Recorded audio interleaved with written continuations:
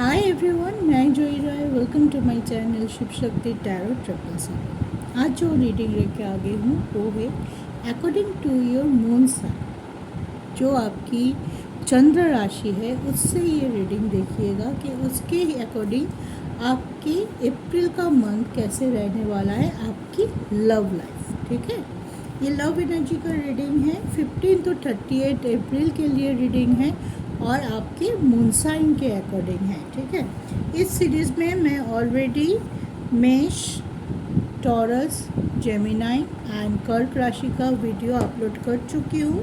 आप अगर इन राशियों में से है आप या आपके पार्टनर, तो आप प्लेलिस्ट पे जाइए और जाके उस वीडियो को चेकआउट कर सकते हैं। ठीक है, लेकिन एक रिक्वेस्ट है कि आप अपने मून साइन से देखिएगा या आपके पार्टनर के मून साइन से। अगर आपको पार्टनर की मून साइन पता नहीं है तब जाके आप सन साइन से भी देख सकते हैं, लेकिन कोशिश कीजिएगा according to the moon sign देखिए। ठीक है, तो चलिए आज का रीडिंग शुरू करते हैं। आज जो जोडियक का भी रीडिंग है, नेक्स्ट जोडियक यानी कि सिंह राशि वालों के लिए, लियो के लिए रहेगा love energy for the month of April 15 to 30। ठीक है, अप्रैल का मंथ हम 12 राशि के लिए बहुत ज़्यादा इम्पॉर्टेंट मंथ है, क्योंकि जो मेन ग्रह है, 3 मेन ग्रह अपना राशि परिवर्तन कर रहा है, ट्रांजिट कर रहा है अप्रैल के मंथ में।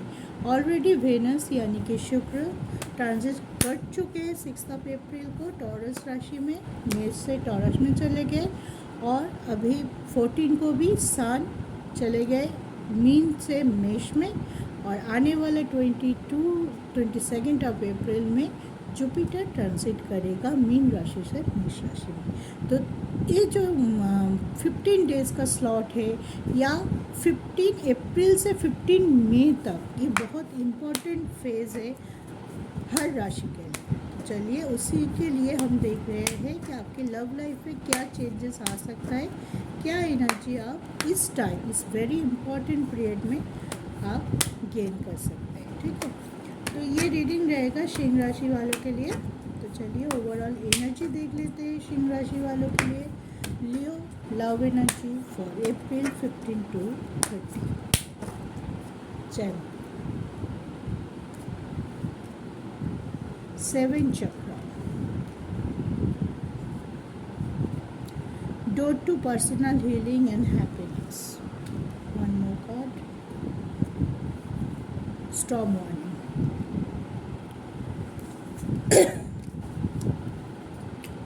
देखिए Leo, okay, love energy of लियो।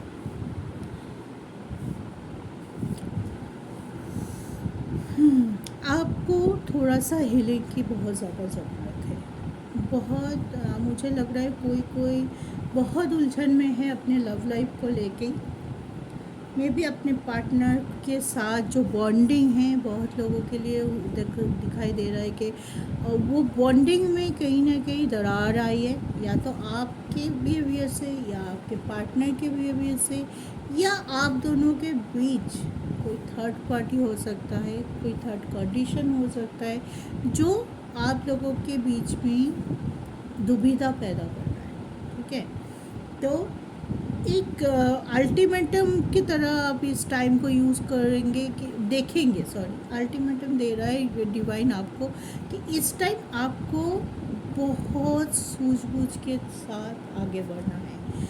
7 चक्र हीलिंग की बहुत ज़रूरत है आपको। कोई भी चक्र अगर आपको इम्बैलेंस है कि आपको अगर अभी ऐसा हो रहा है कि बहुत ज़्यादा आप या तो चुप है या बहुत ज़्यादा आप बोल रहे, गुस्से में आके बोल रहे, चीज़ों को मिसअंडरस्टैंडिंग कर रहे हैं, अपने पार्टनर के साथ जब भी मिल रहे हैं झगड़ा हो रहा है, किसी न किसी बात को लेके, किसी न किसी टॉपिक को लेके आप लोगों की पॉइंट ऑफ व्यू नहीं मिल रहा है, बॉन्डिंग में परेशानी हो रही है, कोई तीसरे की वजह से बहुत ज़्यादा दिक्कतें बढ़ रही है आप दोनों के बीच में। तो बहुत सी कारण हो सकते हैं जिसकी वजह से आपके लिए मेंटल पीस बहुत कम लग रहा है मुझे इस टाइम। आप बहुत ज़्यादा परेशान हैं, आपको ये समझ में नहीं आ रहा है अरे मैं तो ये नहीं चाहता था या चाहती थी, लेकिन ऐसा क्यों हो जा रहा है। मैं तो चाहता हूँ कि मेरा लव लाइफ सही से चले, मैं बात करना चाहता हूँ, मैं चीज़ों को समझना चाहता हूँ, मैं चीज़ों को सॉल्व करना चाहता हूँ, लेकिन कहीं ना कहीं कुछ ऐसा हो जा रहा है कि मेरा सारे प्लान ख़राब हो रहा है, सारे कुछ मेरा इधर से उधर हो रहा है। ठीक है, तो इस टाइम आपकी एनर्जी थोड़ा सा डिसबैलेंस लग रहा है मुझे, तो इसलिए आपको मेडिटेशन ज़रूर करनी है इस टाइम। अगर आप करते हैं वेल एंड गुड, अगर आप नहीं करते हैं तो please it's take as a suggestion कि आप एटलीस्ट दिन में 5 मिनट के लिए कोई भी मेडिटेशन आप कर सकते हैं। यूट्यूब में बहुत सारे मेडिटेशन होते हैं, 7 चक्र मेडिटेशन होते हैं, अब 15 मिनट्स होते हैं 7 चक्र के, वो कर सकते हैं। हर रोज़ कीजिए। एक सर्किल होता है 21 डे का, 21 डे का होता है। अगर 21 डे तक आप रेगुलरली कोई एक मेडिटेशन रेगुलरली आप करते हैं तो उसके बाद आप अपनी एनर्जी में जो बैलेंसिंग नज़र आएगा, आपको खुद को महसूस होगा कि आप बैलेंस हो रहे हैं। आप थोड़ा और नेगेटिव इतने हो जा रहे हैं कि पॉजिटिविटी के तरफ जा रहे हैं, तो मेडिटेशन करना बहुत ज़रूरी है इस टाइम। ठीक है, आप ट्रिगर हो सकते हो बहुत ज़्यादा अपने पार्टनर के तरफ से, थर्ड पार्टी इशू के तरफ से, तो आपको पहले से बहुत ज़्यादा सतर्क रहने की ज़रूरत है कि क्या होने वाला है। अपनी आप बहुत इंटेलिजेंट और इंट्यूटिव पर्सन है। ठीक है, आप बहुत स्ट्रॉन्ग है, मेंटली स्ट्रॉन्ग है, आप जो ठान लेते हैं वही करते हैं। लेकिन कभी कभी होता है ना कि हम गलत इंटरप्रेट कर लेते हैं और उसी इंटरप्रेट को लेके हमारे डिसीजन पे भी उसी गलत इंटरप्रिटेशन का छाया आ जाता है, प्रभाव आ जाता है, और कहीं ना कहीं हम जाके गलत डिसीजन ले लेते हैं और बाद में जाके हम सोचते हैं ऐसा क्यों किया, ऐसा नहीं होना चाहिए था, रिग्रेट करते हैं। That is more painful. मुझे लगता है कि एक बार सामने सामने बात करने से एक दूसरे हार्ट हो सकते हैं, थोड़ा दुख हो सकता है, लेकिन चीज़ें क्लियर हो जाएगी। ठीक है, तो थोड़ा सा अपनी बानी पे, मतलब आप कैसे बात कर रहे हो अपने पार्टनर के साथ, चाहे आप मैरिड हो, चाहे आप रिलेशनशिप में हो, किसी भी रिलेशनशिप स्टेटस है आपका, तो आप इस चीज़ का बहुत ज़्यादा ध्यान रखिए कि आप कैसे बात करते हैं, द वे ऑफ टॉकिंग है, वे ऑफ कम्युनिकेशन, इस पर बहुत ज़्यादा आपको ध्यान रखने की ज़रूरत है कि आपकी तरफ से कोई भी नेगेटिविटी या कोई एरोगेंसी, कोई ईगो आपके पार्टनर तक ना पहुंचे, ताकि उसको हर्ट कर जाए। और अगर आप उल्टा हो रहा है कि आपके पर्सन आपके साथ ऐसे बिहेवियर कर रहा है और ऐसे आपको ट्रीट कर रहा है, तो आप भी तब आपको क्या हो रहा है, अगर उससे आप मिसबिहेव मिल रहा है आपको, तो आप गुस्सा हो जा रहे हैं, आप उनको ब्लेम करने शुरू कर दे रहा है, उल्टा बोल रहे, तुम कैसे बोल सकते हो, ऐसे ऐसे बोलने की हिम्मत कैसे हुई, ये वो ऐसे मत कीजिए। आप अगर उनकी तरफ से भी आपको कोई रिस्पेक्ट इशू आ रहा है, ट्रस्ट इशू आ रहा है, तो उसको भी आप पॉजिटिव सॉल्यूशन के साथ बात कर सकते हो। ठीक है, ऐसे क्यों बोल रहे हो, इसके पीछे तुम्हारा कुछ तो होगा जिसके बेसिस पे तुम मेरे ऊपर ये एलिगेशन लगा रहे हो या ये बात तुमने छेड़ दी। तो क्लैरिटी मिलने की कोशिश कीजिए, अपने पार्टनर के साथ खुल के बात कीजिए कि उन्होंने ऐसा क्यों किया या आपने ऐसा क्यों किया। अगर आपके पर्सन पूछ रहे हैं तो आपको उनको वो क्लैरिटी देनी पड़ेगी। ठीक है, और हीलिंग पे फोकस कीजिए।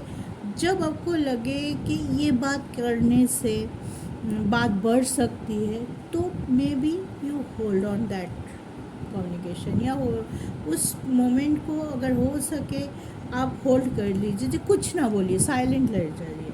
ठीक है, साइलेंट रहना कभी कभी बहुत अच्छा होता है। जब आप जानते हो कुछ बोलूँगी तो यहाँ पे हो जाएगा धमाका। ठीक है, तो दैट स्टेज आपको साइलेंट रहने की ज़रूरत है, आपको हील करने की ज़रूरत है।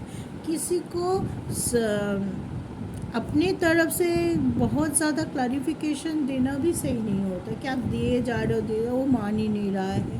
तो आपको लग सकता है कि अरे मेरा वैल्यू ही नहीं, मैं दे ही जा रही हूँ, बोले ही जा रही हूँ, मैं तुम्हारे साथ हूँ, तुम्हारे साथ। थोड़ा सा था बिज़ी इसलिए नहीं कॉल कर पा रहा है, थोड़ा सा दूसरी जगह बिज़ी था इसलिए नहीं हो पा रहा है। तो इस टाइम ऐसे भी हो सकता है कि आपके पार्टनर को कोई और कुछ समझा सकता है कि मैनिपुलेट कर रहा है आपके पार्टनर के माइंड को, और वो उनका सुन के आपसे मिसबिहेव कर रहा है, ये भी हो सकता है। ठीक है, जो भी हो, थोड़ा सा दिक्कतें मुझे दिखाई दे रहा है आपकी लव लाइफ में, और थोड़ा सा मुझे लग रहा है कि चीज़ें सही तो हो जाएगा, पूरी तरह ब्रेकअप या कुछ नहीं होगा, क्योंकि फिर जब जुपिटर ट्रांजिट करेगा तो वो आपकी 5th हाउस को देखेगा, और 5th हाउस की बात क्या होगा ना, वो संभाल देगा चीज़ों को। आप अपनी इंटेलिजेंट को पुट करेंगे, सोचेंगे, समझेंगे, चीज़ उतना ख़राब नहीं होगा। लेकिन शुरुआत में क्या है ना, आपको बहुत ज़्यादा बैलेंस में रहने की ज़रूरत है, बहुत ज़्यादा सही से सोच के कुछ बोलने की ज़रूरत है। जहाँ पे आपको लग रहा है कि नहीं, बोलने की ज़रूरत नहीं है, मुझे क्लैरिफिकेशन देने की ज़रूरत नहीं है, बहुत बार बोल चुका हूँ, समझा चुका, फिर भी नहीं समझे, तो ठीक है, लीव इट। ठीक है, तो थोड़ा सा आप अपनी बैलेंस कीजिए अपने आप को। आप दुखी मत होइए, आप परेशान मत होइए, चीज़ों को बोल के समझाने की कोशिश कीजिए सॉफ्टली। ठीक है, ये था एनर्जी। अब हम देखेंगे लियो आपके लिए टैरो से क्या आता है। थोड़ा क्लैरिफिकेशन और ले लेते हैं कि क्या हो सकता है आपके लव लाइफ में, एक्चुअली में।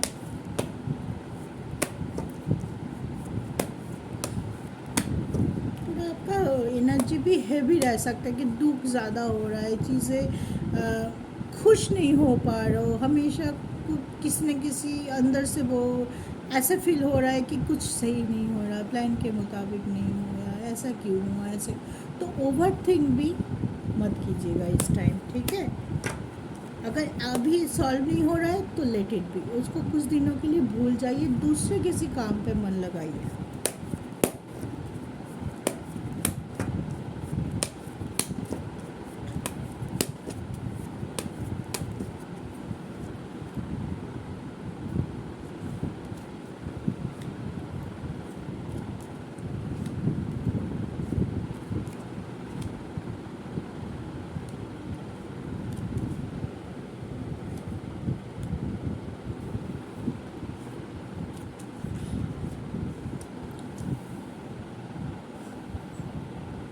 सोच समझ के बोलने की बात है।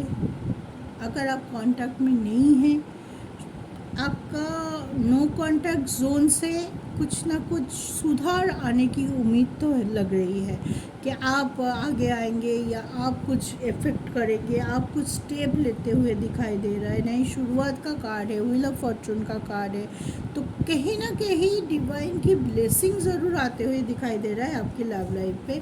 लेकिन आपको वही बात है, आपको फाइटिंग या कॉन्फ्रंटेशन से थोड़ा दूर रहना इस टाइम। जितना आप फाइटिंग मोड ऑन करोगे, जितना आप इशू क्रिएट करने से दूर रहोगे या इशू क्रिएट हो सकता है, ये सोच आ गया और आपने समझ लिया अपनी इंट्यूशन से, और आप वहाँ से एस्केप कर गए, वो चीज़ आपके लिए बेटर रहेगी, वो चीज़ आपकी लव लाइफ के लिए बेटर रहेगा। कुछ दिन जाने के बाद आप देखेंगे कि चीज़ें अपने आप सही हो रहा है। ठीक है, तब हम चुप थे, इस वजह से अपने आप से ही हो रहा है। लेकिन तब अगर आप अपनी तरफ से कोई नेगेटिविटी डाल दिया उस सिचुएशन में, तब जाके जो भी आपके, देखिए व्हील ऑफ फॉर्चून एंड हीरोपेंट है, तो कोई कमिटमेंट, कोई मिसअंडरस्टैंडिंग भी सॉल्व की कार्ड है क्या।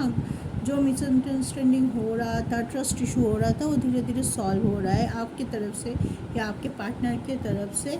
कमिटमेंट मिलने की आसार नज़र आ रहे हैं, मैरिज की प्रपोज़ल आसार नज़र आ रहे हैं। लेकिन सब कुछ है, लेकिन क्या है, अगर आप अपनी ऊर्जा को बैलेंस कर पाए तो।